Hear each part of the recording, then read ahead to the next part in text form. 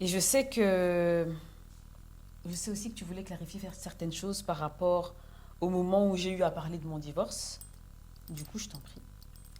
Effectivement, c'est juste que si je puis me permettre, Mhm. Fanny, Je t'en prie. tu avais dit je n'avais pas de place, c'est comme si je n'existais pas, donc pour pouvoir exister, j'ai divorcé. Oui. En gros de chez gros, euh, en gros de chez gros, c'est pour résumer ton idée, tu Mhm. vois. Mais moi, j'ai peur que par là, on impulse inconsciemment une initiation au divorce pour exister, tu vois. Mhm. Et donc, c'était important pour moi de pouvoir revenir dessus. C'est un discours de militante, un peu féministe pour moi. Et je ne suis pas du tout féministe, Mhm. même si j'ai rien contre ce courant de pensée, tu vois. Oui, oui, oui. À part ça, moi, je crois très très fort au mariage. Oui. Je pense que toi aussi. Oui, tout à fait. Très très fort au mariage. C'est pour moi la plus grande des écoles qui mène à la maturité. Oui, oui, tout à Qui fait. mène à la maturité. D'ailleurs, quand Dieu dit je susciterai deux par famille, pour moi, en fait, il parle du mariage.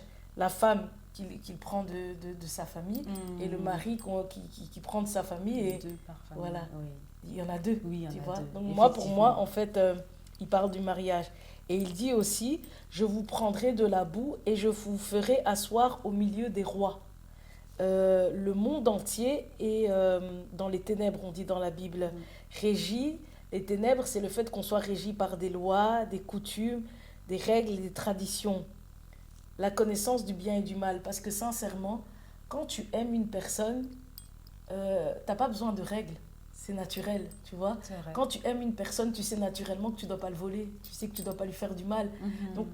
tu sais que tu dois pas lui faire du mal et tout. T'as pas besoin de tradition. En fait, t'as pas besoin de toutes ces De choses, en loi, de fait. règles, oui, Tu c'est vois. vrai. Et donc, on dit également que dans l'amour, comme j'ai dit, il n'y a pas de loi. Mm. C'est l'Éden. C'est l'Éden, l'arbre de vie, le commencement où il n'y a pas de ténèbres. Il Mhm. n'y a pas de ténèbres. Donc, et les ténèbres, souvent au niveau religieux, on ramène ça à des trucs bizarres, mystiques. Mais non, c'est toute cette logique vide de toute compassion Et humaine, oui, oui, je tu vois. vois. Mhm. Et quand Adam et Ève ont mangé le fruit, à la différence des autres peuples déjà présents, qu'est-ce que, pour moi, qu'est-ce qu'on cherche à expliquer? C'est comme si, en fait, en mangeant le fruit, ils ont réveillé leur âme humaine. Leur âme humaine.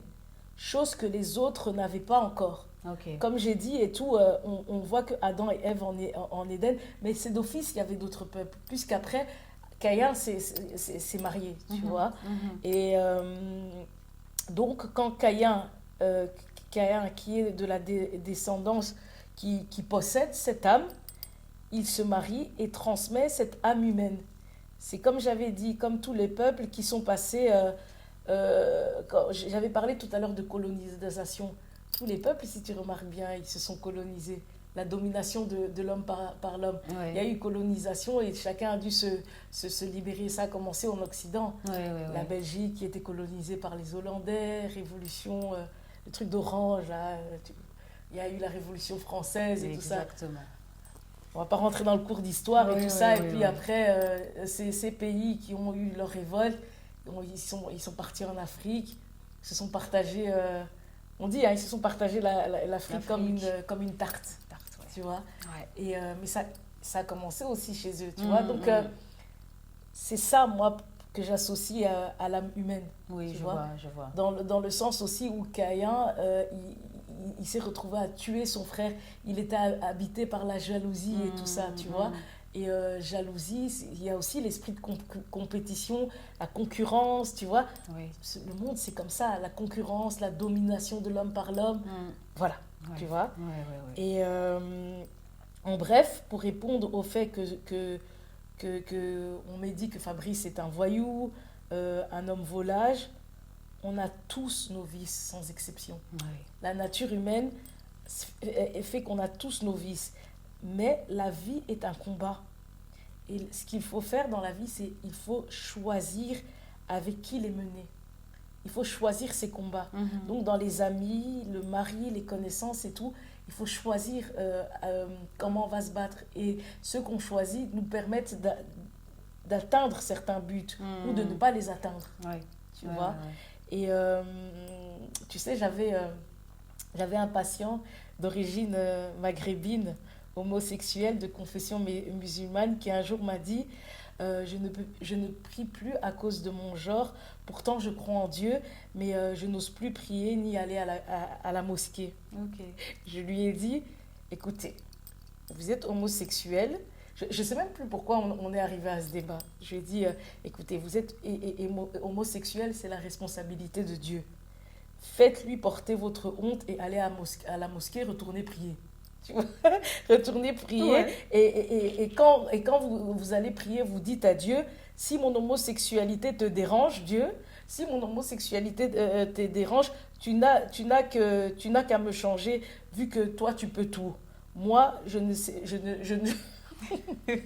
sais pas fonctionner sans cette nature.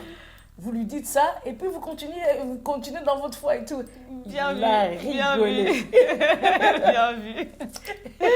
Il a rigolé et tout ça et tout. Bref, j'aimerais te proposer de lire 1 Corinthiens 13. 1 Corinthiens 13.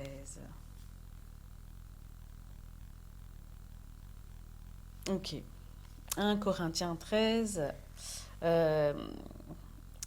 L'amour est patient, il est plein de bonté, l'amour. Il n'est pas envieux, il ne cherche pas à se faire valoir, il ne s'enfle pas d'orgueil, il ne fait rien d'inconvenant, il ne cherche pas son propre intérêt, il ne s'aigrit pas contre les autres, il ne trame pas le mal. L'injustice l'attriste, la vérité le réjouit. En toute occasion, il pardonne, il fait confiance, il espère, il persévère. L'amour n'aura pas de fin. Les prophéties cesseront. Non, c'est bon. L'amour n'aura pas de fin. Ok. T'as vu, il est confiant, il ne cherche pas d'intérêt, il pardonne tout, il croit tout et tout ça. Nous, on n'est pas l'amour. Comme j'ai dit, nous, on est une âme humaine. Âme humaine où on est dans un esprit compétitif. On est dans nos vices. L'amour, c'est qui? C'est Dieu. C'est Dieu. Ouais. Tu vois l'image de la croix. L'image de la croix, Jésus, qu'est-ce qu'il fait? En allant à la croix, tu sais qu'est-ce qui s'est passé? Il y a eu un transfert. On dit qu'il s'est fait pécher afin que nous devenions amour. Okay. Donc ça veut dire qu'il a porté nos fautes. En fait, c'est lui qui pardonne. C'est lui qui ne cherche pas son intérêt. C'est lui qui a confiance et tout ça. Et donc, que ce soit dans vos relations, mariage, connaissance et tout ça et tout, c'est important de mettre Dieu au milieu, parce que nous on peut pas supporter. C'est ça. C'est lui qui sait supporter et il nous l'a montré à la croix. C'est lui qui sait ça, et c'est pour ça qu'en fait on rigole, mais c'est ça l'idée que j'ai voulu impulser à mon patient homosexuel, parce que Dieu sait quand il va à la croix et que il se donne, il fait le transfert de prendre notre faute, parce qu'il sait qu'on est tous dans ses vices. Et donc quand mon ami de secondaire vient me dire que c'était un voyou, quand l'autre vient me dire que c'est un volage et tout ça, ils m'apprennent rien de nouveau. C'est ça. Mais moi, ce que je fais, c'est que, Seigneur, en fait, comme j'ai dit, ce sont ses fesses déjà, mais je mettais en fait toutes ces conditions entre les mains de Dieu. Ouais. Car c'est lui qui est capable de supporter cette condition qu'ils disent voyou, ou cette condition qu'ils disent volage. Lui est capable de supporter ces conditions, et je l'ai choisi dans la mesure où, malgré en fait cette réalité, moi je n'ai fait qu'évoluer. Ouais. Je vous ai montré mon histoire où j'ai doublé, mais j'ai réussi. Je me suis posé toutes les formations que j'ai et tout ça. Oui, Donc, tout à fait. Vous voyez l'importance de choisir ses combats et de ne pas supporter l'insupportable. Et donc, il y a beaucoup de gens qui font l'erreur de se mettre à la place de cet amour et de supporter et de porter tout. Arrêtez, vous mettez Jésus au chômage. Oui, c'est vrai. C'est vrai.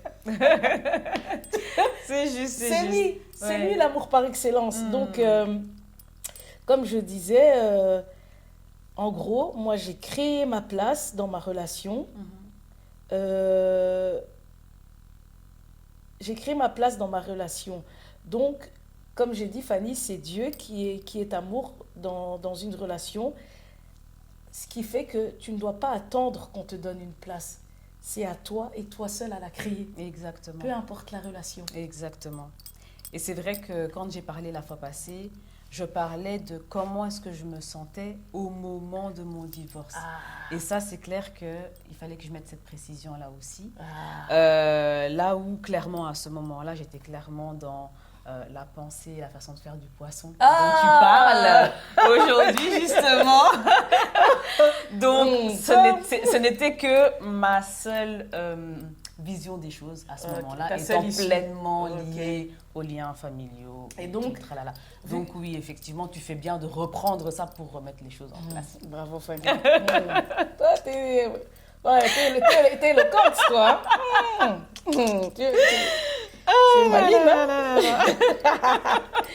Et donc, comme je disais, j'ai choisi le partenaire avec qui chaque jour je pouvais évoluer, grandir.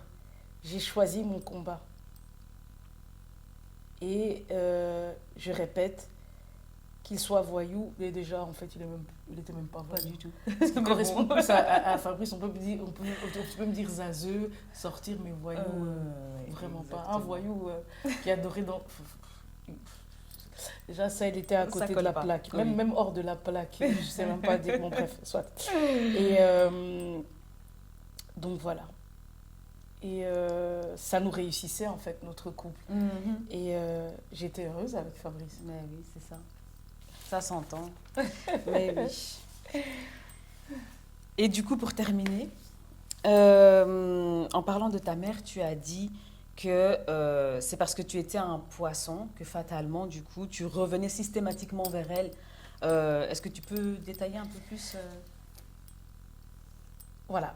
Ma mère, pour la caractériser, sincèrement, c'est quelqu'un de serviable. Elle est super marrante, elle est gentille et tout.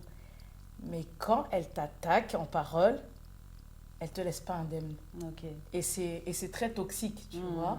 Et c'est très toxique. Tu te souviens quand, au moment où je dévoile l'inceste et que peu de temps après, c'était toujours t'as abîmé ma famille, t'es une sorcière et tout ça. Bref. Et en soi, pour moi, depuis toujours, sa vision de la famille, moi, j'ai jamais aimé. Tu vois, c'est le genre de... Et ma mère, c'est le genre de personne qui t'aide seulement quand tu es à terre. Qui t'aide seulement quand tu es à terre. Mais quand tu es dans la réussite, c'est que des critiques. C'était que des critiques. Et je me rappelle, quand je travaillais, elle disait, tu donnes pas d'argent. Par rapport, comme je dis, quand je pouvais aider mes frères, ouais, tu prends ma place. Des fois, elle disait, ouais, avec Fabrice, vous avez 2 salaires. Et une fois, je me suis disputée avec Fabrice. Et il me dit, ouais, ta mère m'avait dit que tu étais une sorcière, tu vois. Et quand tu es dans la merde, ma mère, sincèrement, elle peut se couper un doigt pour toi. Okay. Elle peut se couper un doigt. Et ça, c'est la solidarité africaine par excellence. Tu vois, par excellence. Quand on est dans la merde, on s'entraide à mort. Mais quand tu évolues, on te met les bâtons dans les roues, tu vois. Oui. Un peu comme ses paroles et tout ça et tout. On fonctionne un peu comme la politique du crabe, où on se tire vers le bas, tu vois. En soi, quand les gens viennent m'approcher, je fais un témoignage, mais il y a quand même aussi ce côté inconscient où on tire, on est en train de se tirer vers le bas, tu vois. Et ma sœur aussi est comme ma mère, elle est vraiment comme ma mère. Quand c'est pour aider, elle va te dire, elle a ses problèmes, que la vie est dure.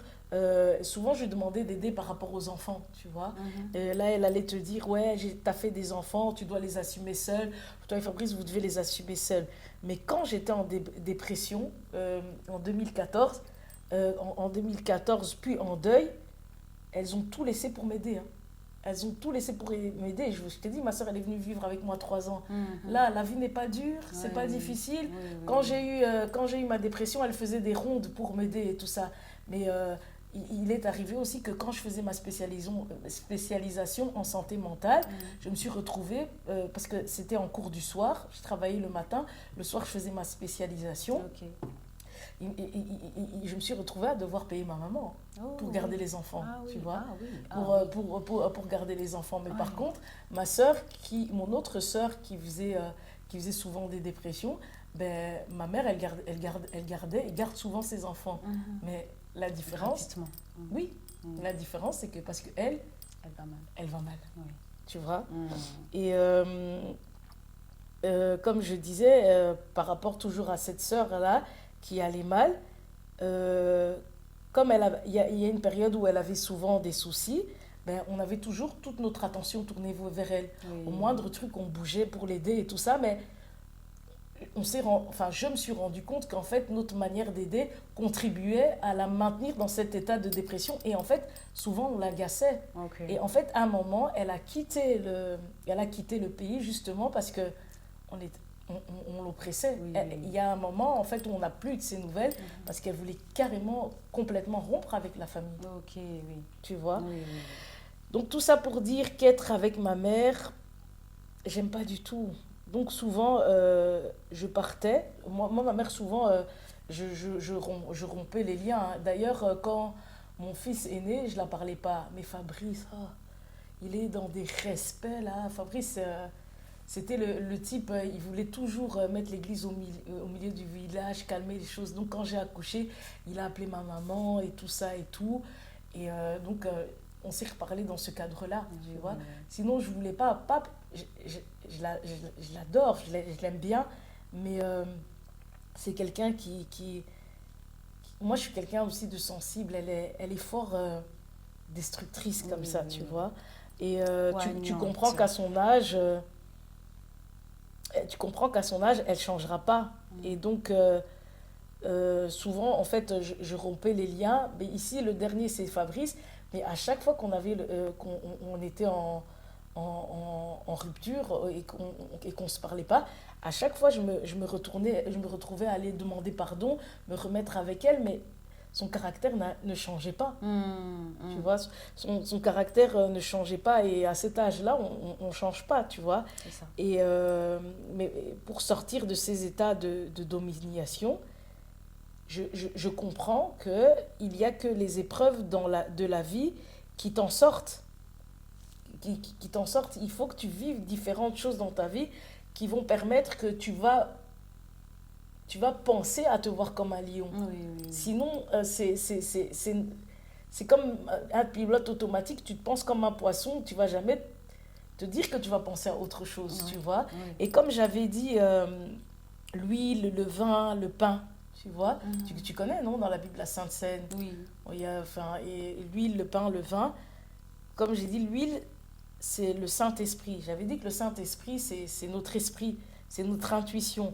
Le sang est lié à l'âme, tu vois. Et Mhm. le pain au corps. Le pain au corps. Avec la mort de Fabrice, comme le raisin, mon âme a été écrasée. Ok, oui. Comme l'olive qui donne l'huile, Mhm. parce que le raisin, ça donne le vin. Oui. Le vin qui est le sang. Mhm. Buvez, ceci est mon sang. Oui. L'huile, souvent on utilisait ça pour l'onction, tu Mhm. vois. Mhm. Et qu'est-ce qui part de l'huile? C'est l'olive. Oui. Mon esprit a été pressé à sa mort, tu vois. Mhm. Et comme le pain, mon corps a été rompu.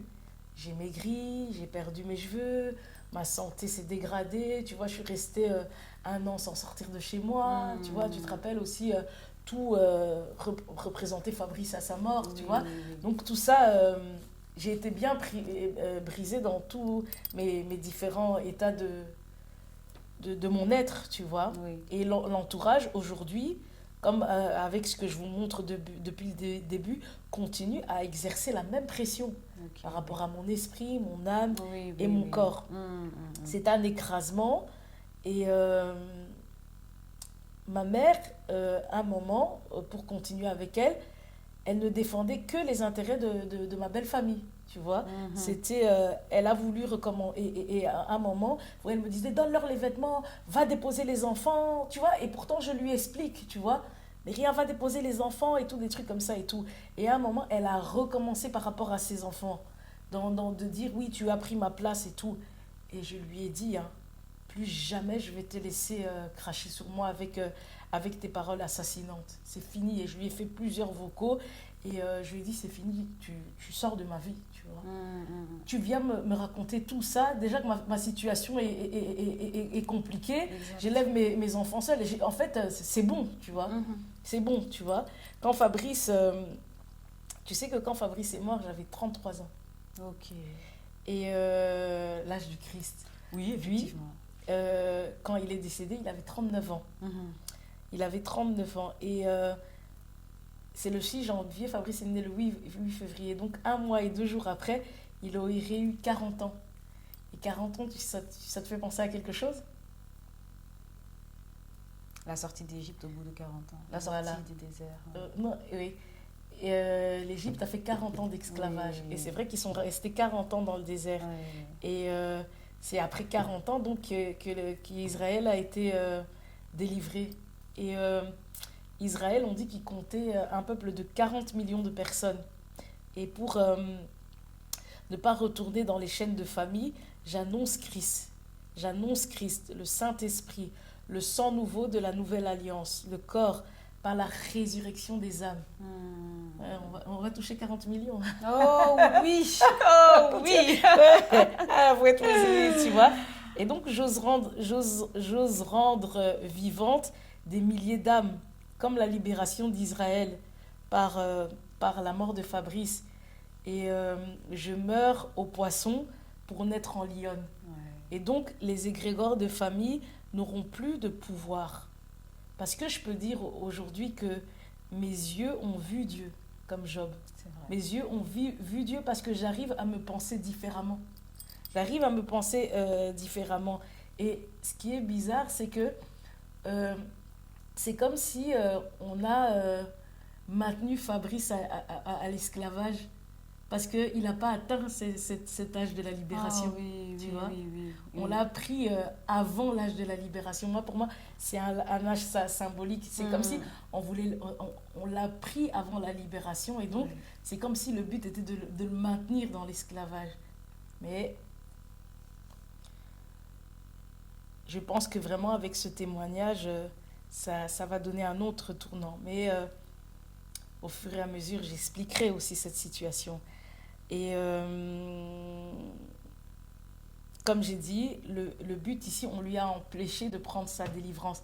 Mais je sais que je suis en train de changer. Ouais. Changer le décret. J'en suis convaincue même. Et maintenant ici... Je suis aussi. Ah, amen, Fanny. Ah oui. Là où 2 ou 3 sont réunis en son nom, il est là. Bien entendu. Maintenant ici, je vais vous montrer comment au sein de ma famille, j'ai été liée pour devenir un poisson. Comment les égrégores ont du pouvoir. On dit que les personnes qui font des pactes sont des initiés. Et la descendance de ces gens, on dit que le sang qui coule dans leur descendance fait des enfants des personnes possédées, tu vois.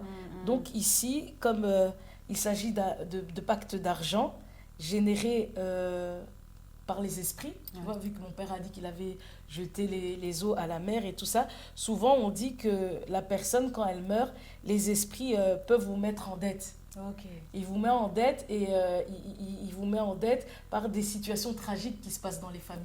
Et donc ici, tu vois, j'ai évoqué l'inceste, j'ai évoqué la consommation de drogue, tous des trucs comme ça. Et donc, la prochaine partie, c'est un peu d'aller dans cette systémique, dans ce transgénérationnel. Ok, waouh. Donc on va encore rentrer un peu plus en profondeur. Exactement. Yes. Eh bien, hâte d'y être. Hein. On va s'arrêter là, du coup. Exactement, merci. Et, merci à toi.